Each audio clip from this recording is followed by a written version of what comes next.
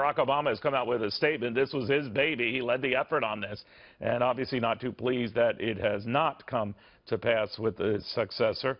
He says the nations that remain in the Paris Agreement will be the nations that reap the benefits in jobs and industries created.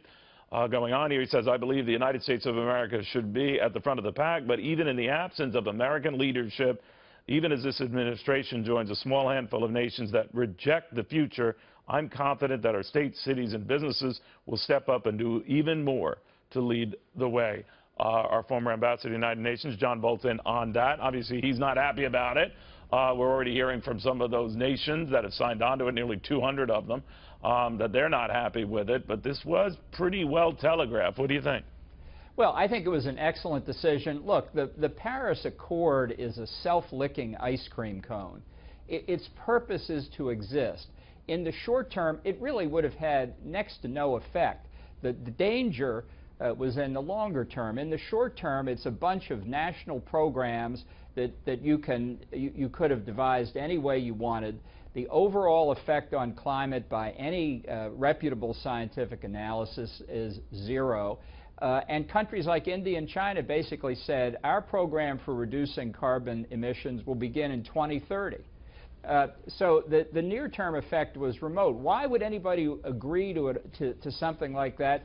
Because of the failure of the predecessor agreements, Kyoto and Copenhagen. What they wanted was an agreement on anything to create the foundation for what they're really interested in, which is more international control over national decision-making. This is really a global governance issue, which the Europeans just love, which Barack Obama just loved, which Donald Trump has now rejected. There are lots of economic arguments here about the effect of this agreement. To me, the overarching, ultimately most important, more than constitutional question was, do we govern ourselves here, or are we going to cede governance authority to international organizations? And that's what's been rejected. You know, Ambassador, regardless of people's views on this particular deal and accord, some have expressed concern that it could hurt how we work with Europe, let's say, and some of these other nations on dealing with terror, on trade deals, on that sort of thing. Are you similarly concerned? Not at all. I mean, that just is a fundamental misconception of how international diplomacy works.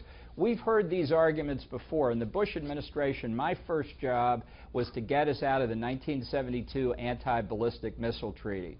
Oh my God, the Europeans said. Oh my God, Joe Biden, John Kerry, Barack Obama, Chris Dodd said, it's the end of international strategic stability. We got out, nothing happened.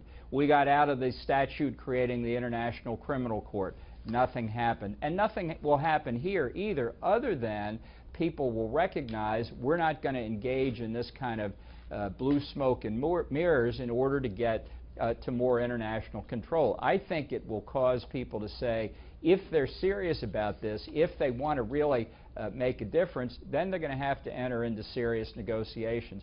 The fundamental point is we could be dealing with global cooling here. If the objective were to put more carbon emissions into the atmosphere to increase the Earth's temperature, these people would be arguing for the same structures, because their overall objective is more international governance and less national sovereignty.